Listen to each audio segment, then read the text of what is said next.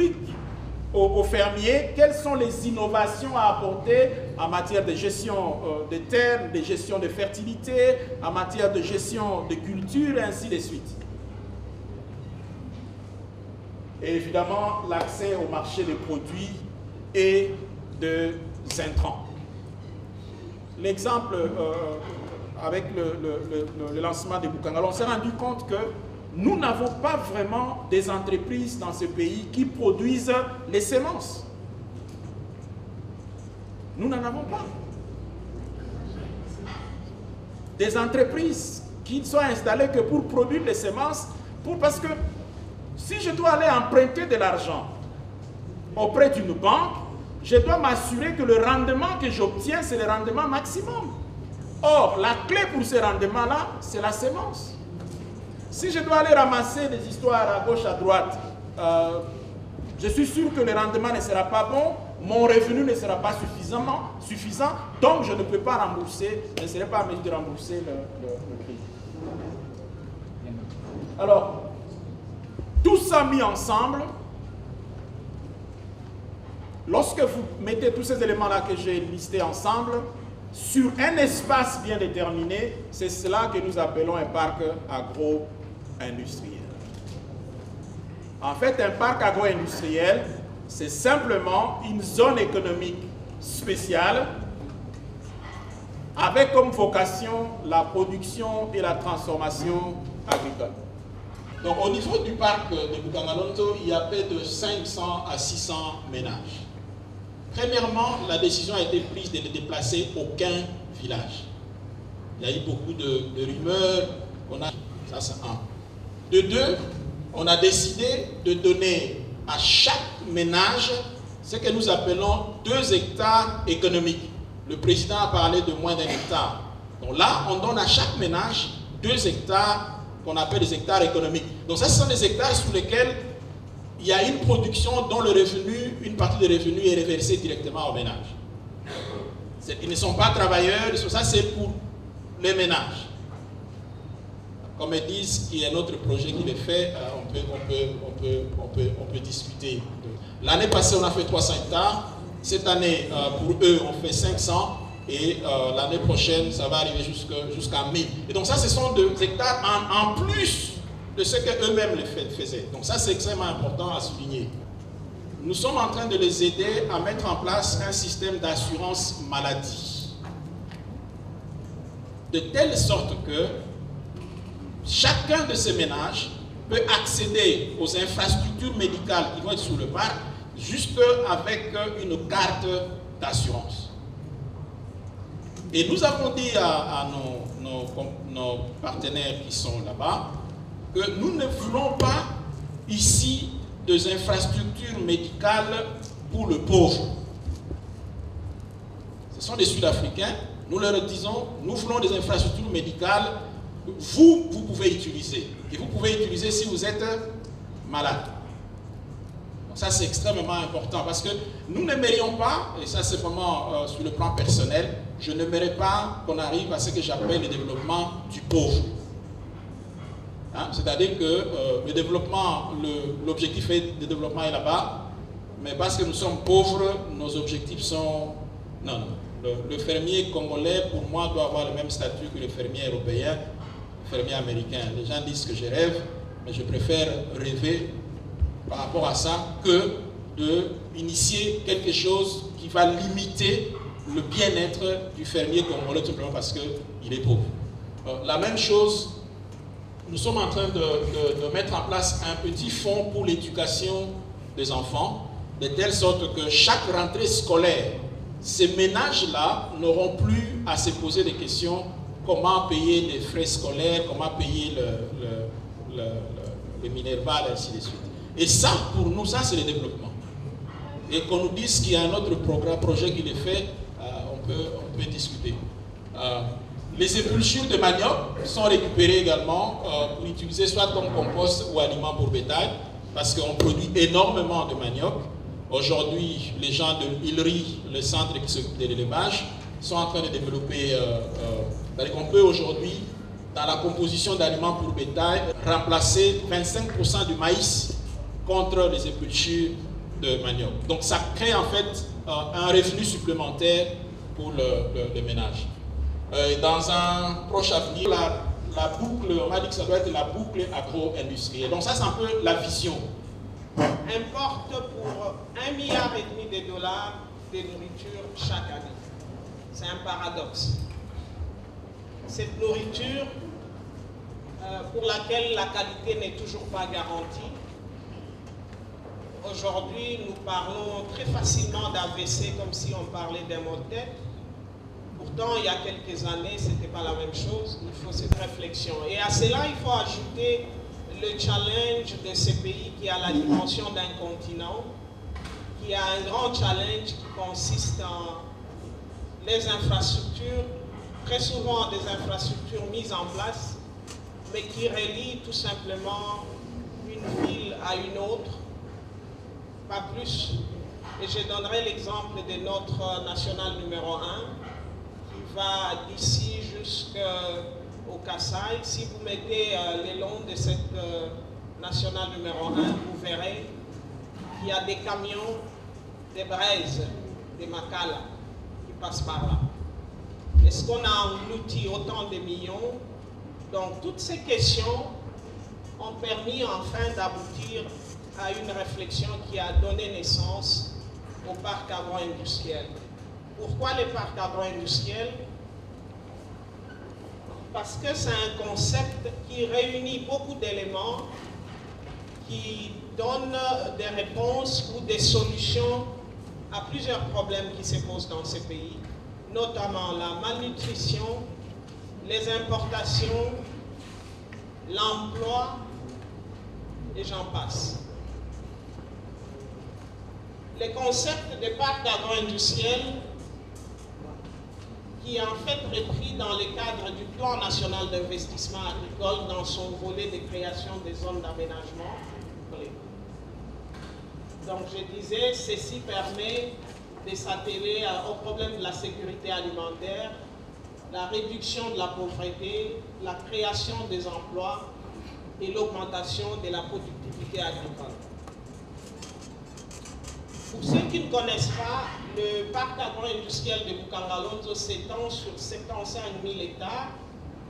C'est un site qui est entre la rivière Lonzo et la rivière de large. Sur ces sites, nous avons trouvé quelques villages installés pour la plupart le long des anciens pêcheurs. Des pêcheurs qui sûrement sont allés à la pêche et sont restés un peu plus longtemps. Et finalement, la maman a suivi, les enfants ont suivi. Bref, ce sont des villages de pêcheurs qui sont le long des rivières. Et voilà, donc il y a plus ou moins 500 ménages qui ont été recensés dès le début de cette initiative. Pourquoi Bukangalonzo? Pour une simple raison. Bukangalonzo étant les sites pilotes, on a voulu que ces sites aient toutes les chances de son succès, c'est-à-dire on a voulu que ces sites soient plus près du plus grand marché de consommation du Congo, qui est la ville de Kinshasa. En bref, un parc agro-industriel, c'est en fait un centre de développement intégré où le site est divisé en plusieurs zones. Il y a la zone production ou la zone agricole, il y a la zone transformation où les industries de transformation sont installées, la zone intelligente comme nous l'appelons, où il y a les laboratoires de recherche, l'université agricole et les centres de formation. Il y a la zone résidentielle et la zone commerciale où on peut trouver les banques, les centres commerciaux industriels. C'est une ville à vocation agricole. Et là-dedans, vous trouvez une chaîne de valeur, c'est-à-dire il y a la production agricole. Pour les cas de Bukangalonzo, c'est la production. Ensuite, tout ceci passe par la transformation à travers les minoteries. Si c'est des légumes, on les réfrigère ou on les conserve, on les emballe. Les abattoirs pour tout ce qui est porc ou volaille. Et enfin, la distribution. Bukangalonzo, c'est un projet qui qui nécessite des ressources assez importantes. Étant un méga projet, ce projet a été scindé en 3 entreprises ou 3 entités. Il y a le parc agro-industriel de Bukangalonzo qui est propriétaire des terres et des infrastructures. Donc, cette société est chargée de mettre en place toutes les infrastructures dont les exploitants auront besoin, notamment les routes, l'eau, l'électricité, les usines ou les hangars dans lesquels les usines vont s'installer, etc. La deuxième société, c'est la société d'exploitation qui, en fait, est le premier exploitant du parc. Elle s'occupe essentiellement que de la production. En pleine construction à Maluku, le long du fleuve, ça, c'est la partie commercialisation du projet. Vous verrez que les parts dans ces entreprises, il y a la majorité sud-africaine qui ont pris quelque part dans les différentes entreprises. Les régimes fiscaux sur le parc étant une zone économique spéciale, il a droit à tous ces avantages fiscaux que vous voyez. Il a accès au code des investissements. Où les sociétés du parc puissent bénéficier d'une exonération sur les impôts sur les bénéfices, les droits d'entrée des équipements, les droits de sortie des produits finis, mais aussi l'impôt foncier. Les sociétés du parc ont accès aux partenariats stratégiques sur les chaînes de valeur qui donnent lieu à la suspension de la TVA, etc., mais aussi au code agricole. Donc, je disais plus haut que le rôle de la société du parc agro-industriel, c'est de planifier et assurer la gestion de l'espace, bâtir les infrastructures de base, fournir des unités du parc, mais aussi réglementer l'accès et les activités des opérateurs. Donc, après avoir aménagé l'espace ou les sites, après avoir mis toutes les infrastructures en qui de l'agriculture, qui de la transformation, ou produire les emballages, par exemple. Et donc, Parc Agri tirera ses revenus de fourniture d'électricité et d'eau, location de maisons, péage de routes, redevance des terres, etc. Là, je vous donne quelques exemples des infrastructures qui sont déjà en place au niveau de Bukangalonzo. On va citer, c'est la 3e station après Kinshasa et Kumbashi. Il y a un hôpital qui est déjà en place et les différents hangars que nous sommes en train d'installer. La société d'exploitation du parc qui est chargée de la production est appelée à produire du maïs, les haricots, les soja, les tomates, la pomme de terre, etc. et les différents légumes, mais essentiellement les légumes que nous importons. En termes d'élevage, les poulets, les porcs, les poissons, les chèvres, etc. La commercialisation. Là, c'est juste une illustration de quelques équipements que nous avons sur les parcs, les différents tracteurs, les pivots d'irrigation, les avions et vendeurs. Et enfin, je chute sur le marché international de Kinshasa qui se présentera plus ou moins de cette manière. Ça, c'est l'entrée du marché. Plus ou moins 500 millions de dollars. Le gouvernement a mis en place 3 mécanismes de financement. Au départ, la première phase a été financée 6 millions de dollars. Et ensuite, il y a un financement échelonné de 4,8 qui s'est fait pendant 18 mois.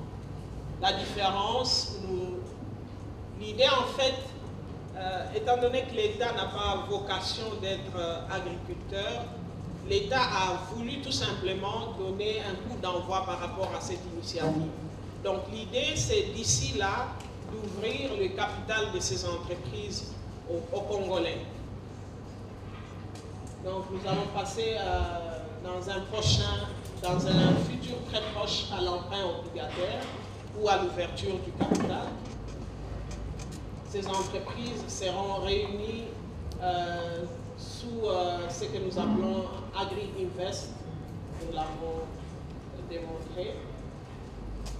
Donc une zone économique spéciale qui présente de nombreuses opportunités d'investissement aux opérateurs locaux comme aux opérateurs étrangers. un site où il y a une disponibilité des camps de travailleurs, des bâtiments administratifs, voire même de la zone intelligente où nous aurons l'université agricole de Bangladesh. Donc, quiconque aimerait faire la transformation ou carrément faire l'agriculture peut s'installer sur le parc, produire les emballages, etc. Donc, j'avais dit que dans notre zone intelligente, nous aurons des centres de recherche et la présence des centres comme INERA seront nécessaires. Des laboratoires, donc l'OCC aussi sera présent sur le parc, et des champs d'expérimentation. Et enfin, il y aura les côtés loisirs, donc il y aura des hôtels, des activités de loisirs. Nous avons même prévu une fois l'an d'avoir la foire agricole ou la foire du fermier avec une présentation, une exhibition de nos différents équipements, mais aussi un concours je donne un exemple, un concours pour cuisiner les produits du terroir de Bangladesh. Je vous remercie. De 75 000 hectares dans lesquels on retrouve des villages sur tout le long des rivières. Vous avez parlé de la chaîne de valeur, des 3 sociétés anonymes qui constituent le parc agro-industriel. Vous avez parlé du régime spécial, fiscal spécial. Vous avez insisté sur le rôle des parcs agro-industriels. Vous avez présenté les infrastructures en place avec plusieurs équipements que nous avons visionnés. Et nous retenons qu'il y aura une bonne représentation à Kinshasa. Vous avez insisté sur l'aspect recherche avec l'implication de l'INERA, de l'OCC, et l'aspect loisir n'a pas été oublié. Et nous avons retenu en définitive qu'il y a une foire agricole qui sera prévue. Merci pour cette présentation. Je nous prie de l'applaudir encore une fois parce que on pourra avoir au moins les produits du parc agro-industriel qui n'est pas... Bonjour, je voudrais commencer par remercier les organisateurs pour avoir accompagné les communautés qui sont le long du parc à pouvoir mettre en place une entreprise coopérative et je dirais d'une manière plus générale à pouvoir vraiment tirer avantage de ce grand programme qui est installé à côté de leur communauté, en faisant en sorte qu'il a exprimé un certain nombre de préoccupations, à savoir est-ce que réellement les communautés pourront bénéficier de ce programme. Vous avez également vu par les 2 présentations qui ont précédé qu'un certain nombre de mécanismes ont été mis en place pour permettre aux communautés de ce programme de parc industriel. Je voudrais commencer ma présentation d'abord, je passe vu qu'on n'a pas beaucoup de temps, je n'insisterai pas sur le temps de présentation. Pourquoi l'OIT est intéressé et a accepté de participer à cette initiative? C'est parce que l'OIT est la seule agence spécialisée du système des Nations Unies d'une manière générale qui a en son sein un département qui s'occupe des questions de coopérative. L'OIT est née en 1919 au sortir de la Première Guerre mondiale comme une des institutions du traité de Versailles pour faire en sorte qu'il n'y ait plus de guerre au niveau mondial, d'une part. On n'a pas beaucoup réussi avec les autres organisations sur ce point, mais surtout de faire en sorte que les acteurs du monde du travail, et c'est pour ça que nous intervenons, les acteurs du monde du travail puissent se parler. Et la constitution de l'OIT disait il n'y a pas de paix durable sans justice sociale. Je pense que vous comprenez tout de suite pourquoi l'OIT est là. Comment nous faisons nous mettons en œuvre ce mandat? Souvent, quand on parle de l'Organisation internationale du travail ou qu'on parle du Bureau international du travail, on voit tout de suite les syndicats. Il faut que vous sachiez que l'OIT a 3 mandats. Nous avons bien sûr les gouvernements, des solutions aux problèmes qu'il y a dans le monde du travail. Le minimum qu'il faut garantir en termes de santé, sécurité, en termes de revenus, en termes de protection sociale, Tout le monde ici, d'une manière ou d'une autre, bénéficie de l'action de l'OIT sans le savoir. Parce que le monde du travail concerne ce qu'on appelle traditionnellement la tranche d'âge de la population active, mais également les familles bénéficient de l'impact soins de santé par des recommandations, des conventions qui ont été signées au niveau international sur le minimum qui doit permettre à cette femme-là de mener sa grossesse jusqu'au bout dans de bonnes conditions. De même, à la fin de notre vie, certaines entreprises ou certaines conventions collectives disposent que le travailleur, à sa retraite, bénéficie d'une pension et parfois l'appui va jusqu'aux frais funéraires. Donc nous disons que d'une manière générale, de la naissance jusqu'à la mort, chacun d'entre nous ici bénéficie d'une manière ou d'une autre de l'action de l'OIT. Nous menons cette action à travers 4 objectifs spécifiques. Le premier, c'est de faire la promotion des emplois décents. Emplois décents, c'est-à-dire des emplois qui permettent aux bénéficiaires d'avoir un revenu qui leur permet de vivre dignement, d'avoir un emploi productif. Et dans ce volet, nous avons un certain nombre de programmes et l'appui à la coopérative s'inscrit dans notre volet emploi. Nous avons un deuxième volet qui concerne la protection sociale. Vous entendez beaucoup parler de la protection sociale. Tout à l'heure, le conseiller a parlé des services que le parc offre aux communautés, compte offrir aux communautés, notamment par l'accès à des soins de santé. Ça, c'est les éléments de la protection sociale. Et l'une des missions de l'OIT, c'est d'étendre la protection sociale qui bénéficie aux travailleurs du secteur formel aux populations qui sont dans le secteur informel, y compris donc comme illustration le cas de Bukangalozo. Le troisième objectif stratégique sur lequel nous travaillons, c'est les normes internationales du travail. Et je crois que nos amis de RI ici seront bien contents parce qu'on s'assure que les conventions internationales qui ont été ratifiées par les différents pays sont mises en œuvre. Le droit d'association des travailleurs, le droit d'organisation, toute la dimension normative qui permet donc aux travailleurs de bénéficier des avantages qui sont à leur disposition. Évidemment, le quatrième objectif stratégique, c'est le dialogue social. Le dialogue social structuré par lequel nous disons qu'il faut utiliser pour résoudre tous les conflits qui peuvent apparaître dans le monde du travail. Alors, l'OIT et le monde rural, le principal vous a indiqué qu'une étude de la Banque mondiale a montré que dans les années à venir, c'est le monde, l'agriculture, le monde rural qui est le pourvoyeur d'emplois agricoles, soit des emplois décents. Pas des emplois qui font qu'on vit au niveau du seuil de la pauvreté. Première raison. Deuxième raison, 8 travailleurs sur 10 aujourd'hui pauvres vivent en milieu rural. D'où l'importance de s'intéresser à ce qui se passe dans le milieu rural. 2 tiers de la population africaine sur notre continent vit également en milieu rural. Et avec plus d'1 milliard de travailleurs au total, l'agriculture est l'un des pourvoyeurs d'emplois. Donc il faut s'assurer que les principes dont je viens de vous parler puissent arriver jusqu'au niveau du monde rural. C'est ainsi qu'on va toucher le maximum de personnes. Les coopératives, j'en ai déjà parlé, que c'est la seule organisation qui a un service au sein qui s'occupe des questions de coopératives, et cela depuis 1920. Les grands mouvements coopératifs que vous avez au niveau mondial, d'une manière ou d'une autre, ont été impulsés par l'OIT.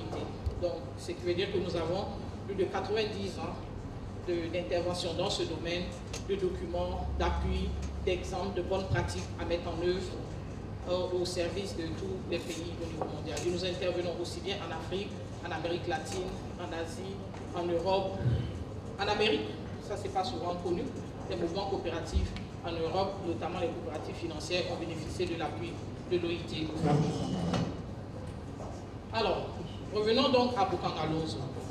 Nous avons examiné donc la requête de la primature et nous nous sommes dit, compte tenu du contexte du parc, qu'est-ce que nous pouvons proposer qui concrètement pourrait changer la vie des communautés qui vivent le long du parc. Et nous nous sommes dit que l'intervention que nous allons faire au niveau de ce programme doit contribuer à la création d'emplois décents pour les ménages du parc agro-industriel de Bukangalozo par la promotion du développement économique local. Ce que nous cherchons à faire, c'est en sorte que toutes les communautés qui vivent deviennent totalement autonomes, qu'elles puissent se prendre en charge, qu'elles puissent s'occuper de leurs enfants, qu'elles puissent vivre dignement, qu'elles puissent commercialiser leurs produits, qu'elles aient accès au marché. Le parc leur offre une belle opportunité. Encore faut-il pouvoir saisir cette opportunité et avoir les bons outils, la bonne formation, le bon accompagnement pour pouvoir saisir les opportunités que le parc présente, à travers lesquelles nous voulons réaliser cela. Le premier, c'est les chaînes de valeur dont Madame la Directrice Générale a parlé. Donc les chaînes de valeur qui ont un fort potentiel de création d'emplois décents. N'oubliez pas que nous avons aussi du potentiel, on parle d'autonomiser les populations.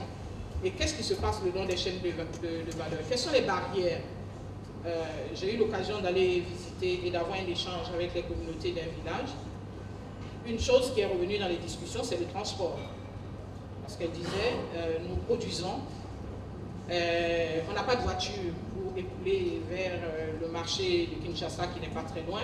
Parfois, l'un de nous va et puis il reste pour chercher un véhicule juste pour venir chercher nos produits. Donc, nous disons qu'il faut travailler à faire en sorte que les autres spéculations qui sont produites par les communautés puissent arriver au marché. Et pour cela, il faut que nous travaillions avec elles tout le long des chaînes, le long de ces chaînes de valeur, avec les acteurs le long des chaînes de valeur. Pas uniquement au niveau de la production des communautés, mais aller au-delà, bien comprendre qu'est-ce qui se passe pour arriver au consommateur final. La deuxième chose que nous souhaitons faire, et cela s'inscrit dans le contexte de la pérennité, c'est que nous voulons renforcer les capacités de toutes les structures locales qui accompagnent les communautés. Parce que ce ne sont pas les fonctionnaires, ce ne sont pas les fonctionnaires de l'OIT qui vont aller travailler tous les jours avec les populations. Il y a déjà dans la région un certain nombre de structures, que ce soit certains services de l'État, que ce soit des ONG, que ce soit des organisations, qui travaillent déjà d'une manière ou d'une autre à l'accompagnement des communautés. Donc, nous voulons nous assurer que ces structures ont les bons outils, qui ont déjà été testés ailleurs dans le monde, qui ont fait leurs preuves, les mettre à leur disposition pour que ce soit elles qui le fassent. Et c'est une façon de contribuer à la pérennité, la préoccupation de pérennité. Parce qu'une fois que nous, notre intervention s'arrête, il faut que la chose puisse continuer, que les populations puissent toujours continuer à bénéficier de cet appui sans que ce ne soit nécessairement un financement qui est en place pour cela. Le troisième objectif, c'est de travailler maintenant avec les communautés elles-mêmes à la mise en place de cette coopérative ou d'autres formes d'entreprises qui aura émergé au cours des échanges que nous aurons avec eux. Les autres slides présentent de manière précise pour chacun des résultats que je vous ai énoncés, comment est-ce que nous allons le réaliser. Compte tenu du temps, je ne vais pas rentrer dans les détails, mais au niveau des échanges, je pourrai vous les présenter. Être évalué au fil du temps. Petit résumé donc, de ce que nous proposons, une intervention d'une durée de 48 mois qui va être appuyée par nos collègues de l'équipe d'appui qui est à Yaoundé, tout comme les collègues du siège du département coopératif, du département de création des entreprises ont été mobilisés et sont prêts à appuyer cette intervention, et ce sera la contribution réellement de l'OIT de faire en sorte que les meilleurs experts sur ces questions puissent intervenir dans ce projet. Le backstopping technique, donc comme je le disais, l'appui technique, donc on aura une petite équipe ici au niveau local, mais le gros va être l'expertise que nous aurons cherchée auprès des fonctionnaires de l'OIT à Yaoundé et à Genève. Au niveau du dispositif institutionnel proposé, le comité de pilotage, bien sûr, qui se réunira une fois par an pour évaluer est-ce que ce qu'on est en train de faire c'est bon, est-ce qu'il faut réajuster. Et dans ce comité de pilotage, il y aura donc les membres du PAP, mais également les communautés et les intervenants pour qu'on puisse avoir ce dialogue. Il est également prévu donc une équipe de projet qui va conduire au quotidien ce projet et des comités de gestion au niveau de chacun des villages qui pourront suivre au niveau de leur village est-ce que réellement ce que nous sommes en train de faire correspond à ce qu'ils veulent ou s'il y a des observations, des commentaires à faire. Alors la stratégie de pérennisation, j'en ai déjà parlé, c'est que nous renforçons les capacités des structures locales d'accompagnement des communautés.